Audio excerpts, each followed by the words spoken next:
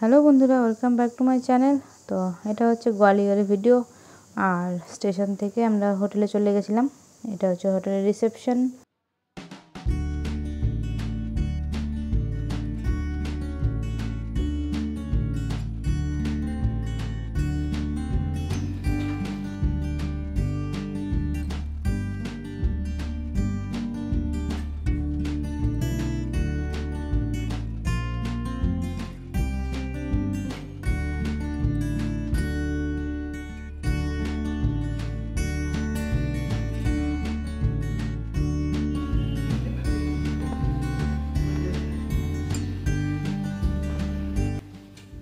তো এই হচ্ছে আমাদের গোয়ালিয়রের হোটেল রুম। কাবার্ড, এটা হচ্ছে বাথরুম।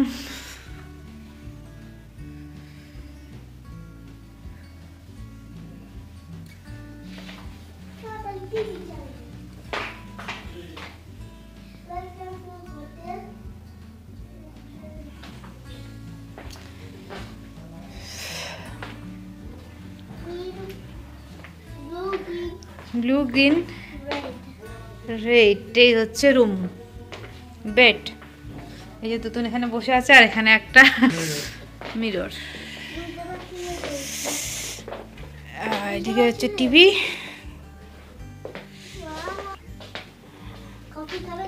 এটা টি টেবিল, বেডসাইড টেবিল। আর এই হচ্ছে রুম থেকে ভিউ।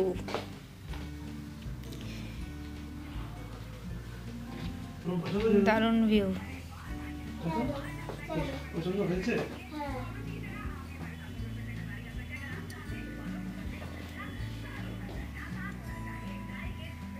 আজকে বলেছে ফাইটারটা হবে। ফাইটার? মানে আমার মেয়ের গোয়ালিয়রে হোটেলটা খুব পছন্দ হয়েছিল। বাথরুম থেকে পর্দাটা সরালে মানে চান করতে করতে টিভি দেখতে পাচ্ছিল, ওই জন্য ওর খুব পছন্দ হয়েছে হোটেলটা। আর এটা হচ্ছে মেনু কার্ড। আর এখানে ছিল একটা ফ্রিজ, ওয়ার্ড্রোবের পাশে মিনি ফ্রিজ। আমাদের যদিও কিছু কাজে লাগেনি, কারণ আমরা যখন গেছিলাম তখন তো ঠান্ডাই ছিল।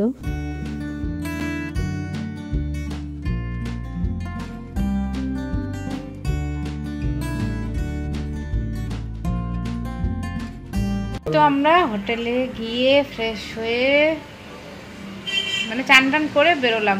কোথায় যাব এখন? একটুখানি সাইট সিন করবো। ওই মানে পাশাপাশি আজকে কিছু করব, আবার কালকে করব কিছু। সিল্ক, দুজনে চুল বলছে সিল্কি হয়েছে গোয়ালিয়রে চান করে। আর ঠান্ডাটা ভালো রকমই আছে, একবারে কম নেই। টোটো আস্তে আস্তে ভালোই ঠান্ডা লাগছিল।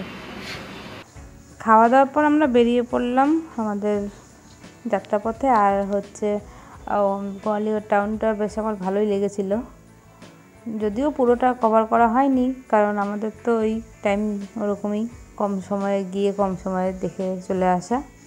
তো যতটুকু দেখেছি ওর মধ্যে টাউনটা বেশ আমার ভালোই লেগেছে। তারপরে আমরা গেছিলাম সূর্য মন্দিরে। আর সূর্য মন্দিরের সামনেটা দেখে মনে হচ্ছিলো যেন সে পিকনিক স্পট, ওরকম আমার ফিলিংটা হচ্ছিল। ভিডিও ফটো নট অ্যালাউড, তো মোবাইল ওখানে জমা রাখতে হয়। আর মন্দিরের ভেতরটা ওটা আমার খুবই ভালো লেগেছিলো। তারপর বেরিয়ে এসে একটুখানি ওখানে ফটো তুললাম, একটু ভিডিও করলাম। আর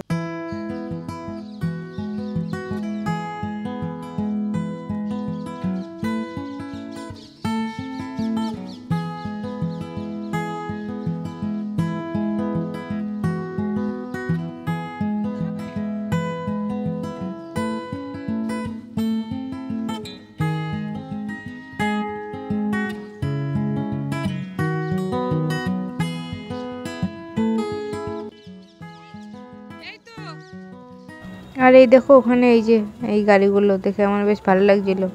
তারপর আমরা গেছিলাম তানসেনের টম্ব দেখতে। তো ওখানে বাইরেটায় ফুলগুলো এত সুন্দর করে ঝোলানো ছিল, বেশ ভালো লাগছিল দেখতে।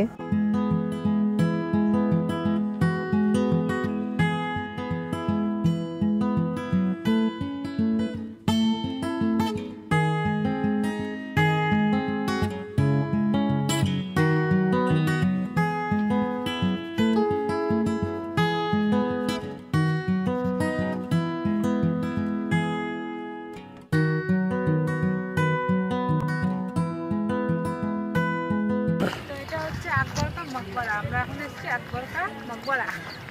চলো ভেতরে যাবো। বাইরে অনেক ফুল বিক্রি করছিল যে নিজে সরাই নাকি।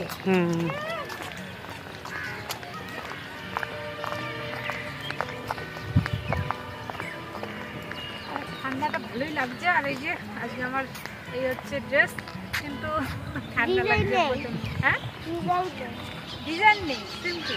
এ বলছে ডিজাইন নেই, ড্রেসটার মধ্যে কোনো ডিজাইন নেই।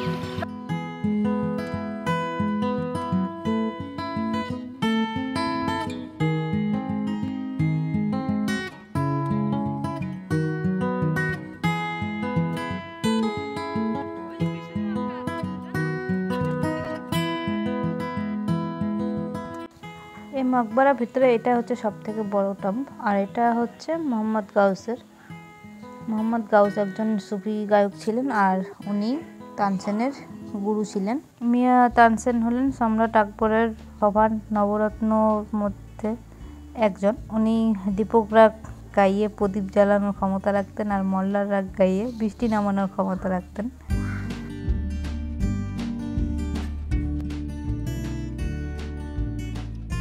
জায়গাগুলো খুব সুন্দর এগুলো। হ্যাঁ এই যে এটা বেশ সুন্দর না জায়গাটা।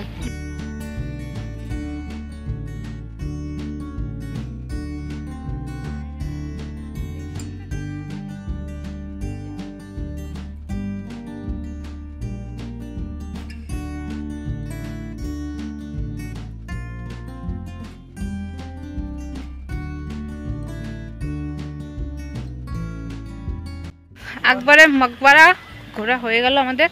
এখন যাব গোয়ালিয়র ফোর্ট। আর সূর্য মন্দিরটা তো খুব সুন্দর ছিল ভেতরটা, ওটা আর দেখাতে পারলাম না। মানে ঠাকুরটা আমার এত পছন্দ হয়েছে, একদম পুরো দেখে মনটা একদম ভরে গেছে আমার। এত স্নিগ্ধ লাগছিল, সাদা পুরো সাদা। আর হাতে ওই গোলাপটা আবার একটু হালকা অরেঞ্জ কালারের, আর মানে খুব ভালো লাগছিল। আর এই দেখো এই জায়গাটাও খুব সুন্দর।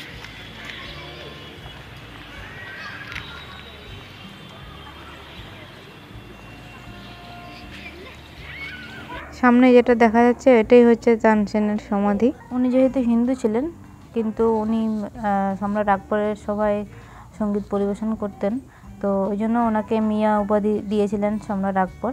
তো সেই জন্য ওনার অন্ত্যেষ্টিক্রিয়াও মানে দুরকমভাবেই হয়েছে।